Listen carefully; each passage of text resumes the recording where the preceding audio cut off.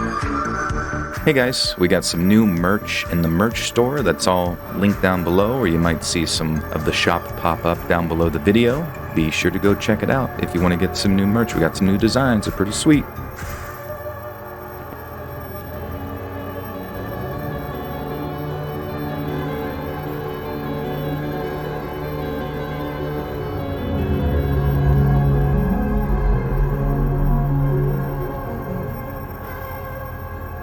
The last day of school before Christmas was always something I looked forward to as a kid.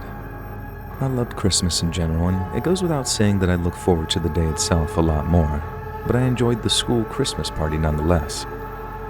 There would be a Christmas disco and a buffet, party hats and Christmas crackers, even a few games like Pass the Parcel and musical chairs, all soundtracked by classic Christmas pop songs by the likes of Slade and Wham. And things got slightly different as we got older and progressed into secondary school.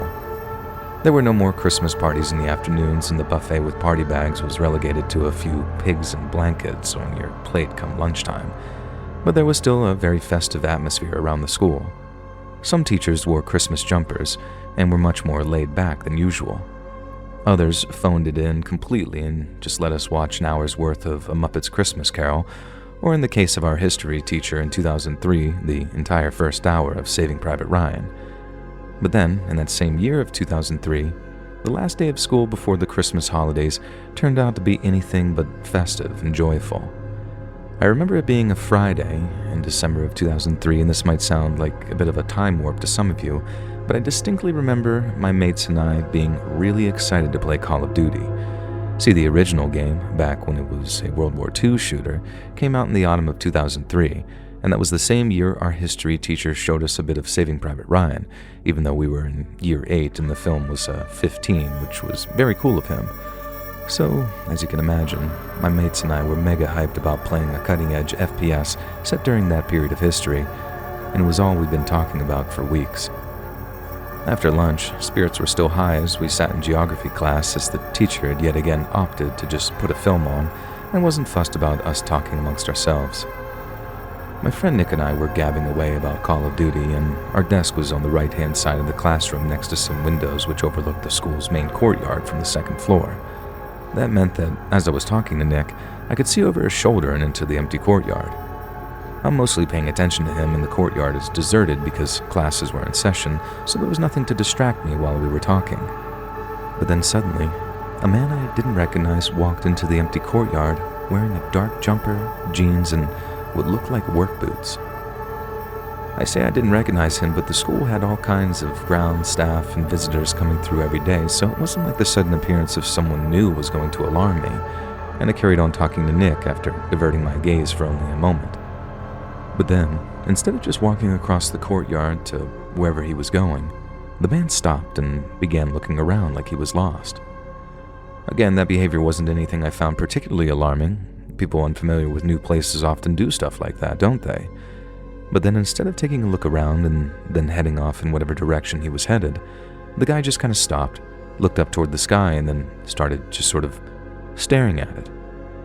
My attention was diverted from Nick for a second time, but unlike the first time, I gave the guy such a confused look that Nick turned to see what I was looking at.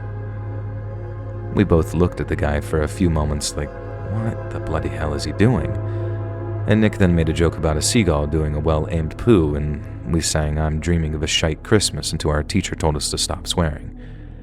I honestly thought the fella would have moved on by the time we'd been told to shut up, but when I looked out the window, he was still there, staring at the cloudy gray sky like he was hypnotized by it, or could see something no one else could. The spot where the guy was standing was surrounded by buildings like the teacher's lounge, the modern languages block, and the geography block, which was where me and Nick were.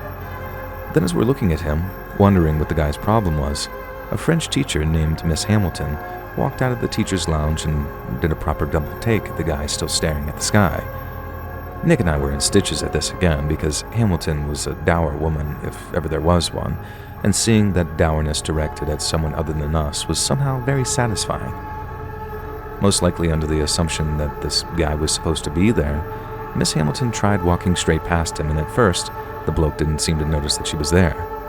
But then suddenly, he spun his head around to look at her, and everything changed in an instant. His eyes lit up, and as he aggressively turned towards Miss Hamilton, she stopped dead in her tracks, and the man then raised something above his head, and although I couldn't see exactly what it was, Miss Hamilton certainly could. The sight of it caused her to back up a few steps before she turned around and legged it back towards the teacher's lounge as fast as her legs could carry her. And the strange man followed, not quite as fast as her, but still just meters behind, and in a split second, Nick and I went from laughing and joking to, oh no, this is serious. Nick didn't watch the whole thing unfold. He turned back towards our geography teacher and was shouting, "Sir, someone's chasing Miss Hamilton." But I saw the whole thing. Hamilton only made it back into the teacher's lounge by maybe half a yard before the man chasing her started bashing at the door with something I didn't realize was some kind of hammer or mallet. But by then, our geography teacher had seen what was happening, and after telling us all to stay put and not look out the windows, he ran out of our classroom and ran downstairs to lock the door to the whole geography block. He told us this once he returned, so we all felt a lot safer. But there was obviously still the matter of the guy walking around trying to attack people with his hammer, and so our teacher pulled out his mobile and called the police. He'd already told us to stay away from the windows, but no one listened to him, and I remember at one point the guy looked up at our classroom windows right at us, and the look in his eyes was so freaky that one of the girls actually squealed in fright before she backed away from the window. I don't blame her for screaming either, because not only was there a look in this guy's eyes like he completely lost his mind, but he looked deformed.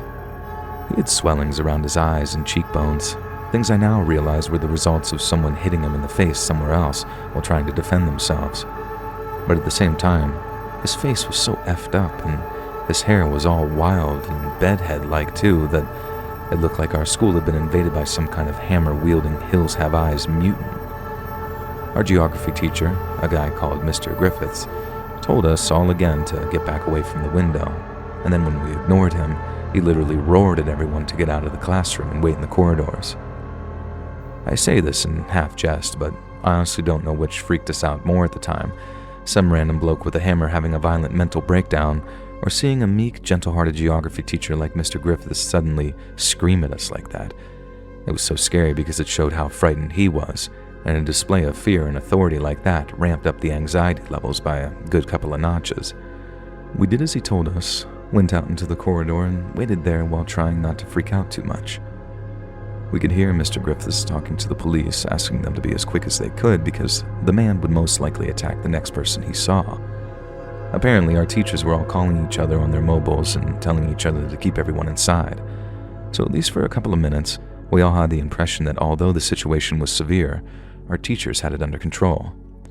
But that only meant that when chaos returned, the fear was so palpable you could practically taste it. Like I said, we were standing in the corridor of the geography block, which was only quite small, with 2 classrooms on the ground floor and the 2 on the first. There was also an open L-shaped stairway heading down, so we were able to hear anything that happened down there. So when we heard the sound of hammering, then a smash of glass, it took us seconds to realize what was going on. The guy with the hammer couldn't smash his way through the block's main door, but he could smash his way through one of the windows, climb through the empty frame, and then make his way to us through the classroom's unlocked door. And to say that caused panic would be a major understatement. We screamed back into the classroom telling Mr. Griffiths what we'd heard downstairs, and he immediately burst into action. He told the 999 operators that the situation was becoming increasingly urgent, and then directed some of the boys in our class to clear the room before shoving his much larger and heavier desk in front of the door to act as a barricade.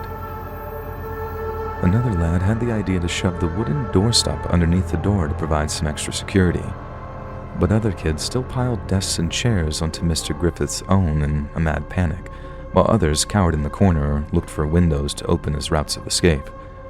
It was probably the single most terrifying experience of my life, just waiting for some hammer-wielding maniac to make his way up the stairs into our classroom. Little did I know, it was about to get so much worse. As we heard someone reach the top of the stairs outside the door, everyone went quiet.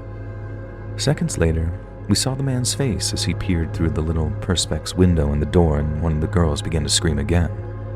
His eyes were just horrifying. His gaze looked hollow, like all sense of reason had completely evaporated. He didn't speak, he didn't smile.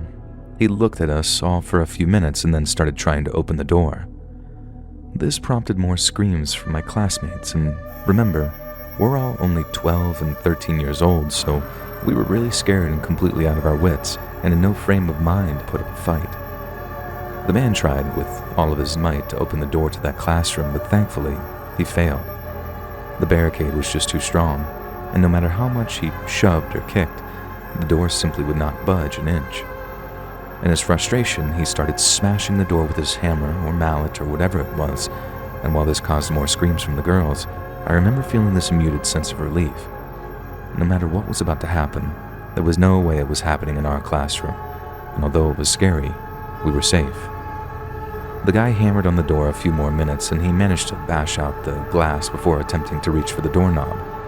Obviously, that was no use to him, and after a bit more hammering, I remember Mr. Griffiths looking out the window and shouting, "The police are here, children.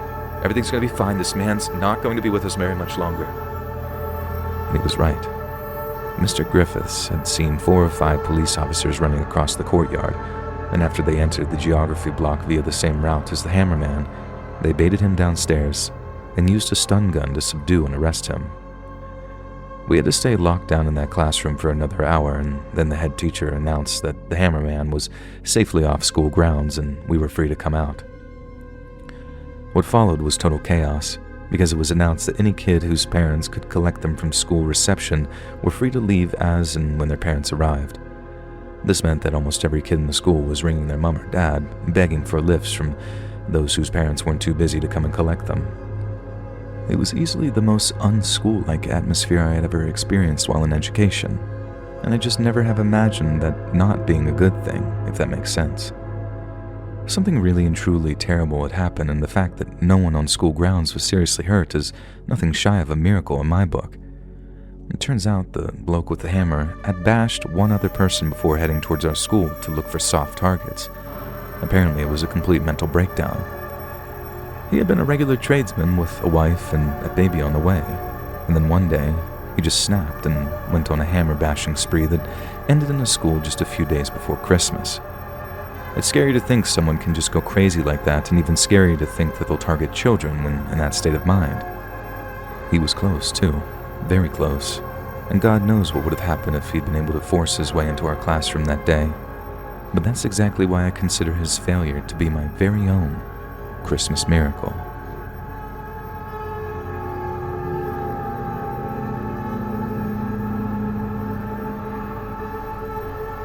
In the summer before my senior year of high school, I got involved with a guy from school named Sean. Our friend groups had kind of merged that summer, and 2 of our mutual friends were dating, but what we had was very much a situationship, and at first he seemed to understand that. Now I know that might sound cruel, to basically tell him, "I like you, just not enough to be my boyfriend." But we had senior year coming up, the single most important year of high school, so I didn't want any distractions once school started up again. And like I said, he seemed to totally respect that at first. But when it came to going back to school, it was clear that he had no intentions of letting things go. At first, we kept things professional, and neither of us entertained the idea of hooking up again. I could tell that he wanted to, and I'd be lying if I said his feelings were not reciprocated, but that was just the problem. Sean seemed like the perfect distraction, and at the time when I needed one like a hole in my head. But then, when it came to the holidays, he made me a very attractive offer. He claimed that he was handling his emotions, respected my desire to focus on school, but thought that we might be able to hook up again over winter break. And having him be that into me was very flattering, I won't kid you. And so I figured, if he could continue to remain professional once school started up again, hey, why not? All of my other friends were either finding festive flings or hooking up with their boyfriends, so a little company over the holidays was very welcome. But as it turns out, I made a huge error of judgment in thinking Sean could remain mature about it. We ended up going on a few dates around Christmas and New Year's, and they were great. But not long before we were due to head back to school, he asked if we could have a little talk. I knew what it was going to be about, and so the prospect filled me with this kind of dread, but I figured then would be as good a time as any to set him straight regarding our relationship, or lack thereof. But Sean was persistent. He agreed that school should take priority for me, but suggested that we could undertake study sessions together so we could see each other while school was still in session. Now don't get me wrong, that sounded like a wonderful date idea, but it would be just that, a date. And since being together would not be conducive with concentration, it was a no from me on that one. Sean suggested that if I ended up getting into NYU, he could move to NYC so we could pursue a relationship there. I know it wasn't the craziest idea in the world, but the idea of him packing up his whole life for my sake was just way too much pressure. It just wasn't an idea I wanted to entertain. We were too young to let our stupid crush dictate the course of our lives, but Sean didn't feel that way at all, and unfortunately, we went on to have a huge falling out over it. The discussion kept going around in circles, it seemed, and the more it did, the more it frustrated me. I kept telling him I need to leave before I say something I regret, and he didn't let me leave, so I ended up saying something that I went on to regret. I said something, and he said something. Things got pretty heated, and then we both very angrily agreed to call it quits. It wasn't the way I wanted to end things with him, but he made any kind of amicable split completely impossible. He'd gone from down for something casual to thinking that we were soulmates in 6 months, and so on the advice of a friend, I decided to go no contact. But then, since we both went to the same high school, it was much easier said than done. We didn't have any classes together, which I thank God for at the time, but it was inevitable that we'd bump into each other in the corridors. And when we did, it was awkward as hell. He tried to get my attention a few times, but I knew that it wouldn't do him any good. I'd said my piece, and I had nothing left to add. And the sooner that he got over me and moved on, the better, I thought. Acknowledging him wouldn't have done either of us any favors, so I kept my eyes forward, kept walking, and prayed that he'd finally see some sense and stop trying to talk to me. But he didn't. Instead, Sean decided to start coming over to my family's home to try and speak with me face to face. And that only happened but one time, because when I realized it was Sean at the door, I told him he had exactly 1 minute to make himself disappear before my dad got to know what had been going on. He said that he wasn't leaving until we agreed to sit down and talk, so I stayed true to my word and told my dad that a guy from school was harassing me. He marched out toward the front door, and I couldn't watch at first, so I just stayed in the TV room and sat down on the couch with my head in my hands like, this cannot be happening right now. I have no idea what was said at first, and I'm not sure I want to. But the moment my mother and I heard my dad yelling, "Are you crazy? Get the hell off my property," we knew things were about to go south, quickly. The next thing, we heard my dad get real angry, and then the sounds of a struggle, so my mom and I ran outside to see my dad basically dragging Sean back up our driveway with a hand around his throat. He wasn't choking him, and Sean was trying to struggle against him, but my dad was way bigger and had no problem manhandling Sean off the property. It was honestly mortifying in the extreme, but a part of me was kind of glad things had come to a head, because at least after that, it would be over, right? Well, Sean let me know that that wasn't going to happen by saying that he was going to do something to me at school before spring break. My dad said something about him not coming to the house anymore, or he'd really give Sean an ass whooping. But then he responded by saying something like, "Oh yeah? Well, you can't protect her at school, can you?" It was enough to make my mom gasp, because in a way, Sean was exactly right. He just didn't count on my dad getting him suspended for that week of school before spring break. My dad called up our high school, had a long talk with our principal, and the end result was that Sean would be suspended for those final few days of school. He figured that might give me some peace of mind, and for a while, I guess it did. I felt way more at ease at school. I wasn't looking over my shoulder every 5 minutes, but I still wasn't completely relaxed. And that's because I knew that there was nothing anyone could do to stop Sean showing up on the last day of school. Outside school, I mean, because he basically knew exactly where I'd be and when. And this weighed on my mind the whole week. And then on Friday, the last day of school before spring break, I approached a guy named Ryan and asked if he could do me a huge favor. I knew Ryan from math, and we talked a little here and there, but we didn't consider each other friends by any stretch. He asked me what was up, and after gathering my thoughts, I asked if he could give me a ride home from school. Now at the time, a girl asking a guy for a ride home had become sort of a byword for "I like you." And since I was anxious over the Sean situation, I was very quick to let Ryan know that my request was only that, a request for a ride home and nothing more. I know for a fact that I was giving off major panicky vibes because he had this big frown on his face before he asked me what was going on. And he was just being polite. He knew what had happened with Sean and my dad, and really everyone knew, and I guess he just wanted to hear it for himself. But if he didn't, well, I sure told him. After that, he said he was game to drive me just about anywhere and said to meet him at the back of his locker come the end of school so he could walk me to my car. And I felt this wave of utter relief wash over me, and then after thanking him from the very bottom of my heart, I went about my day feeling like a weight had been lifted from my shoulders. I usually walked home, a route that Sean was very familiar with, so if he wanted to confront me, I had no doubt that's where he'd do it. Schools seemed like there'd be too many people around for such a potentially embarrassing confrontation, so getting a ride home seemed like it eliminated that possibility entirely. But let me assure you, seemed is doing an assload of heavy lifting in that sentence. A few hours later, come the end of school, I met Ryan at his locker and we made our way towards the student parking lot.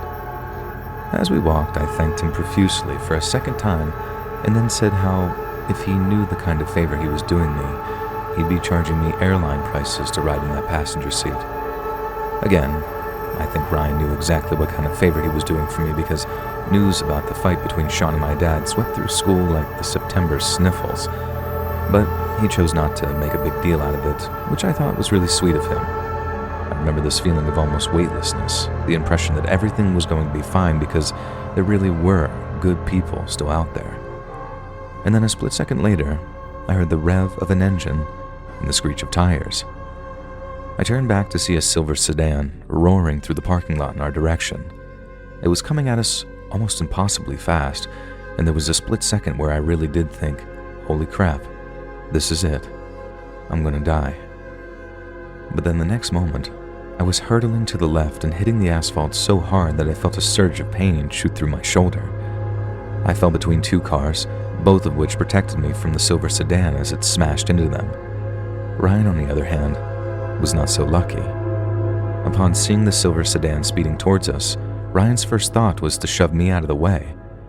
But in doing so, he made sure that it was far too late to get his own self out of its path. I didn't actually see it happen, but I later heard the car hit him so hard that he went flying through the air before landing in this just heap. But at that moment, all I was interested in was getting as far away from it as possible, either because it was about to take another charge at me, or the driver was about to get out of it and finish the job by hand. As I tried to stand, the driver slammed the car into reverse. I couldn't put any weight on my left arm at all, so it took me longer than it normally would have to find my feet, and this gave the driver time to reverse, get a decent run-up, and then drive at me once more in the hopes of inflicting some kind of extreme physical trauma. I just made it to my feet before I slammed into the rear of the car to my left, but by that time, I was mobile enough to jump back away from that danger zone. I remember how after the smash, I looked into the driver's side of the car to see who it was, but in my heart, I already knew. I knew who was driving that car from the second I saw it speeding at us. It was Sean, and he'd come to kill me. I just ran, faster than I'd ever had before in my life, and luckily because of how the parking lot was set up, Sean had to navigate around the blocks of parked cars while I was quite easily able to get the hell out of there by running through the smaller gaps. After that, I'm pretty sure that he took off with the police looking for him, whereas I ended up at the school nurse before being taken to the hospital. And the doctors at the hospital had a bunch of questions for me, and so did the cops, but all I wanted to know was one thing, and that's how Ryan was doing. It took a while to get a solid answer on that, but when I did, I wept with relief. He was alive, barely, but he'd managed to hang on. And it was me that had been the target of Sean's attack, and I'd walked away with nothing but a broken arm. Ryan, on the other hand, had a fractured skull, broken ribs, a pelvic fracture, and even a bunch of herniated discs in his spine, which I've heard can be incredibly painful. That was the hit that I should have taken, and that's not to say that I would have been as fortunate as Ryan in surviving such unfortunate injuries. I owed him my life, and now I'm set to spend the rest of it with him in holy matrimony. We ended up meeting for drinks a few years after we both graduated because I wanted to catch up and buy some cocktails for the man that saved my life. That became a regular thing, and now I'm all set to become Mrs. Ryan in the summer. Checking out on Ryan turned out to be one of the best decisions I'd ever made. But as far as Sean's doing, I couldn't give a rat's ass, and I hope his time in prison was hell on earth. He got 15 years for attempted murder, and I wouldn't be surprised if he was released before then, but honestly, I don't know if that was the case or not. I haven't checked because I don't care, and I don't worry about ever bumping into Sean either, because if he ever chooses to show up at my family's house, it'll be the last thing he ever does.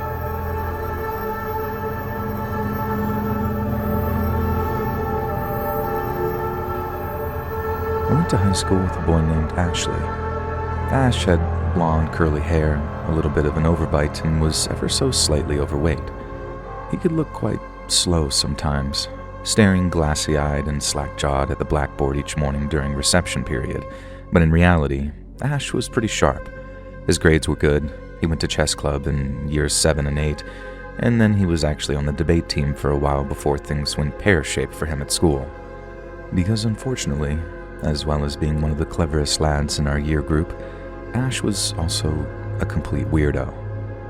To give you an idea of just how weird Ash was, I was once told that he had a deathly phobia of vinegar.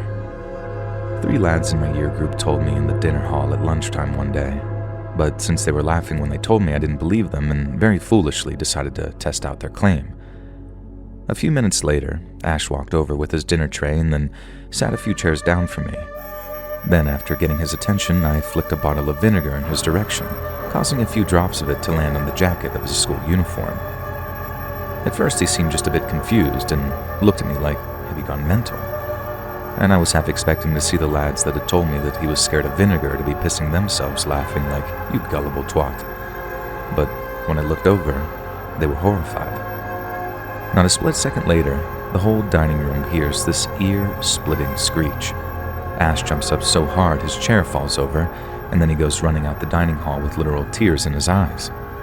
He'd realized it was vinegar that I'd flicked on him, and his reaction was to completely freak out. Ash was a bit weird, but also a bit of a prankster, and so when he jumped up and ran out screaming like he did, most kids assumed that it was just some kind of joke. However, when we later found out his reaction was genuine, Ash solidified his reputation as being, to put it nicely, an absolute Fruit Loop. I actually got into a bit of trouble over the vinegar flicking incident, but nothing too serious, and Ash accepted my apology, so there were no hard feelings. He continued to put in a good performance at school, and he got to be quite outgoing for a while, and would sometimes come and play football with us on the school's AstroTurf. But then, the school held a business studies fair, and although that might sound like the most innocuous thing imaginable, it put us all on the road to disaster. So right as we were about to pick our exam subjects, our school started teaching business studies as a GCSE. They tried it one year, but hardly anyone signed up, so the next year, they put on a little fair in an attempt to drum up interest. Now, I won't bore you with all the little details, but the main event was a talk from some prominent local businessman, and he spoke at length about the need for free thinking and innovation, as well as the raw desire to go out and make our fortune in the world. I think it just went in one ear and out the other for a lot of us, but in Ashley's case, he took it to heart. He started buying blank CDs, burning people's album requests onto it, then reselling them for like £1 profit per unit. It started with just a few, enough to buy himself some sweets from the school tuck shop, but then after a while, even some of the teachers were buying bootleg CDs from him, and he'd sell maybe 10 to 15 a day. Well, as some of you are probably screaming at the screen right now, this was extremely illegal, and it wasn't long before Ash was called into the head teacher's office for a bollocking. What he was doing was obviously wrong, but from what I heard, the way the school handled it was ridiculously harsh.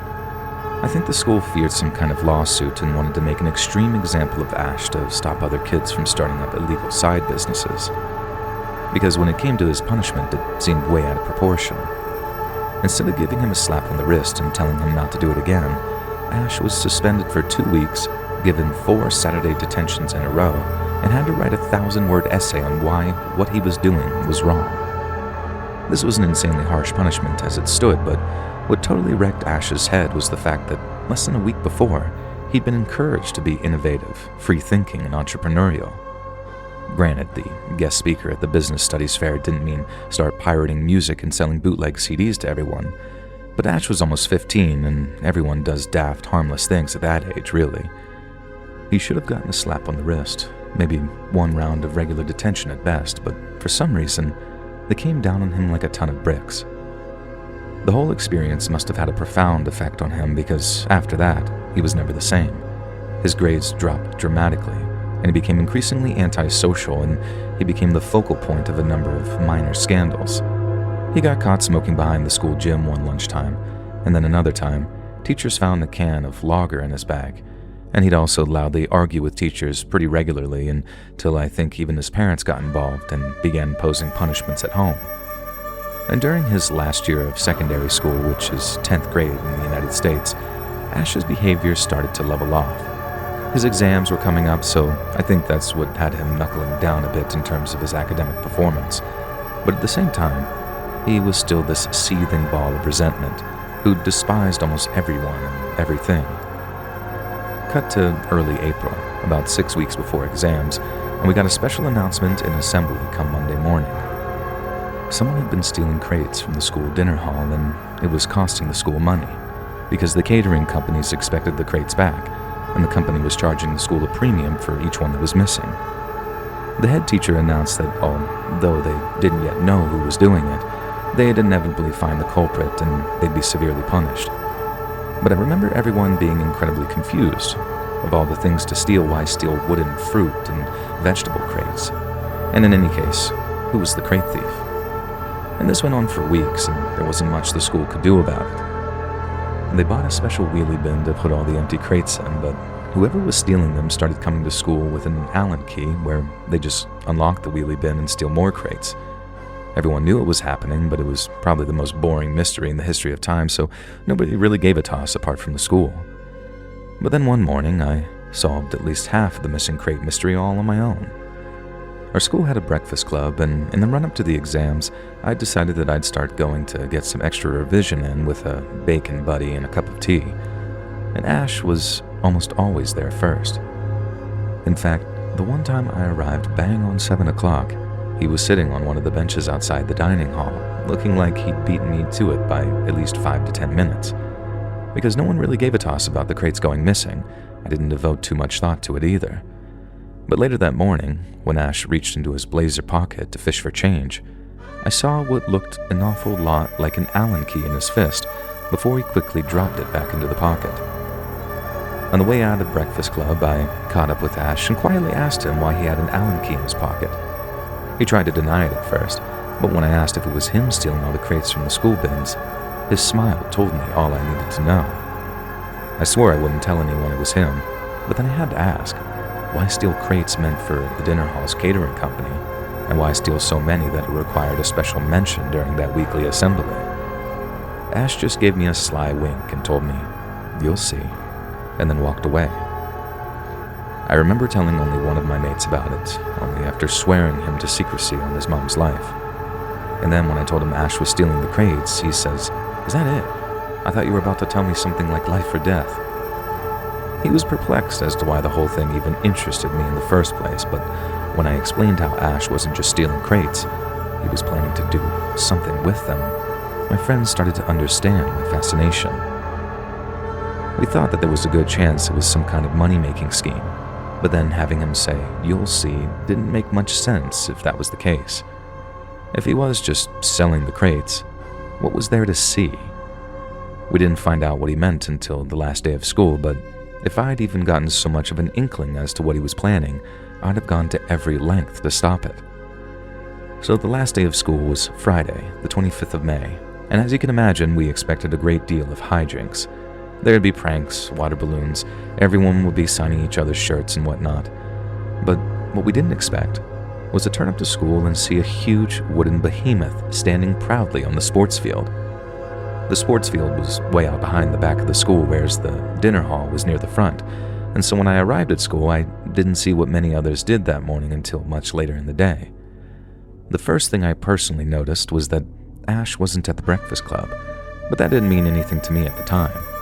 It was only later on that I heard rumors of a big pile of wooden planks on the sports field, but it wasn't until lunchtime that me and my mates were able to walk down to the field to see what was going on. It wasn't just a big pile of wood. It was a big pile of wooden crates. And when I say big, I mean really big. It was at least 2 or 3 times as tall as me, maybe 13 to 14 feet high, and it was even wider at the base. It looked like a giant rough pyramid. Then, as people got closer, they started to smell the fumes.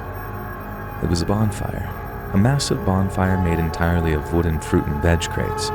And by the smell, someone had poured a lot of petrol all over it, or at least some kind of flammable liquid to aid in its ignition.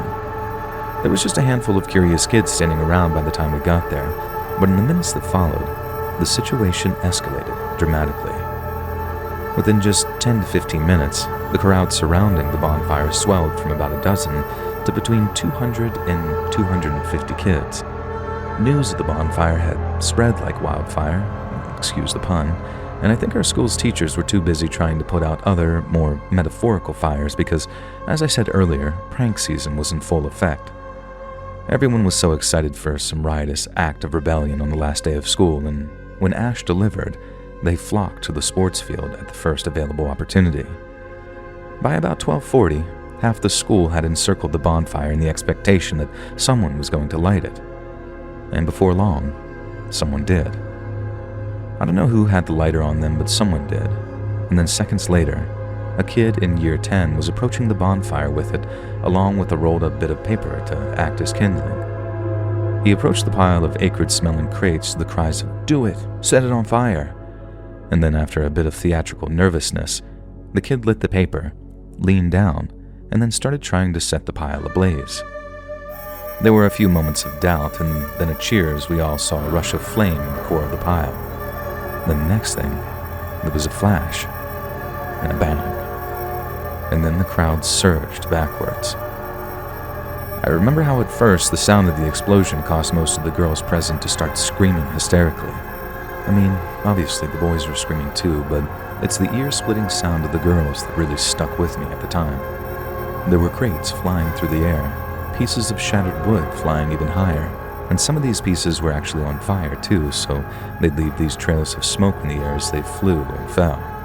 It was pure chaos, and naturally kids were scared, so they were screaming.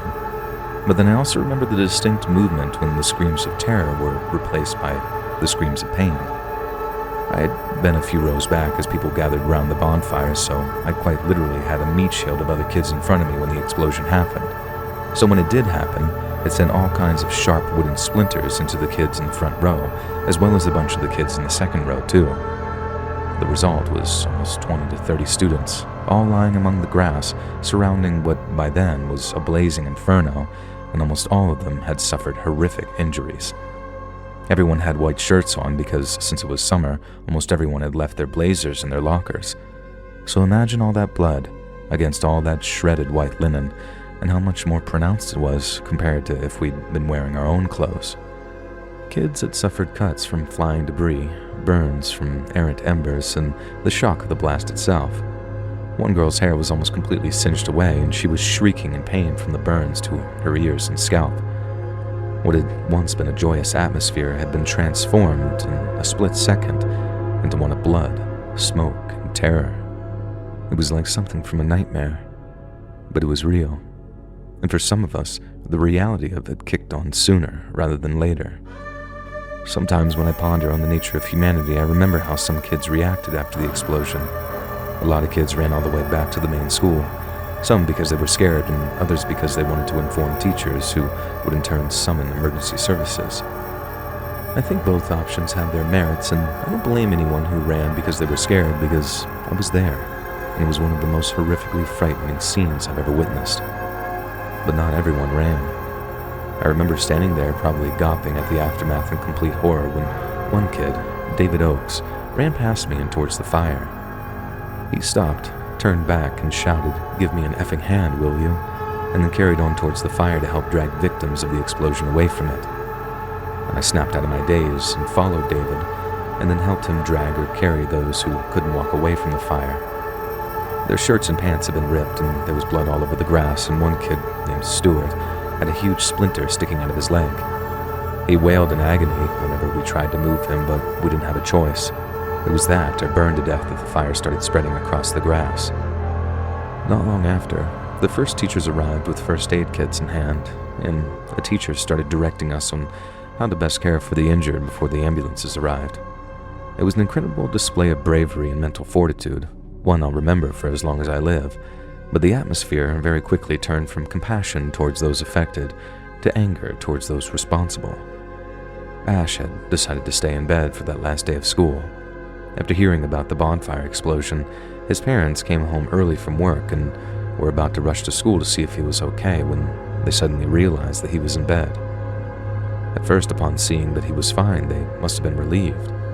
I can only imagine their reaction when they realized Ash staying in bed all day meant that he'd most likely stayed up all night, and that the bonfire had no doubt been built and then soaked in petrol during that same period. As you can imagine, the parents of wounded children wanted heads to roll, so it was only a matter of days before Ash was questioned and then arrested by police on suspicion of arson and GBH. We were convinced that he was going to get sent to prison or something, but not only did he never admit to building the bonfire, but the police didn't have a scrap of evidence that he was the one responsible. Everything hinged on Ash admitting it. Then when he didn't, the police had no choice but to let him go. They did everything they could to try and get CCTV footage of him doing just about anything, stealing crates, building the bonfire.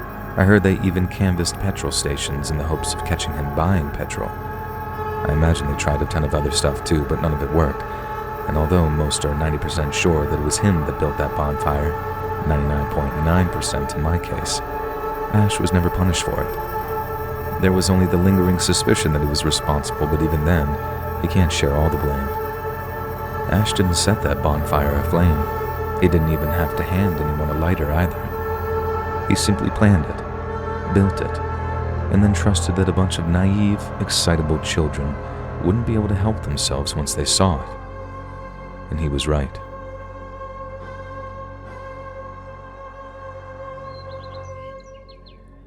Hey friends, thanks for listening. Click that notification bell to be alerted of all future narrations. I release new videos every Monday and Thursday at 9 p.m. EST, and there are super fun live streams every Sunday and Wednesday nights. If you got a story, be sure to submit them over at my email, letsreadsubmissions@gmail.com, and you might even hear your story featured on the next video. And if you want to support me even more, grab early access to all future narrations and bonus content over on Patreon, or click that big join button to hear about the extra perks for members of the channel. And check out the Let's Read podcast, where you can hear all of these stories and big compilations located anywhere you listen to podcasts. All links in the description below. Thanks so much, friends. And remember, hugs are free in Siberia.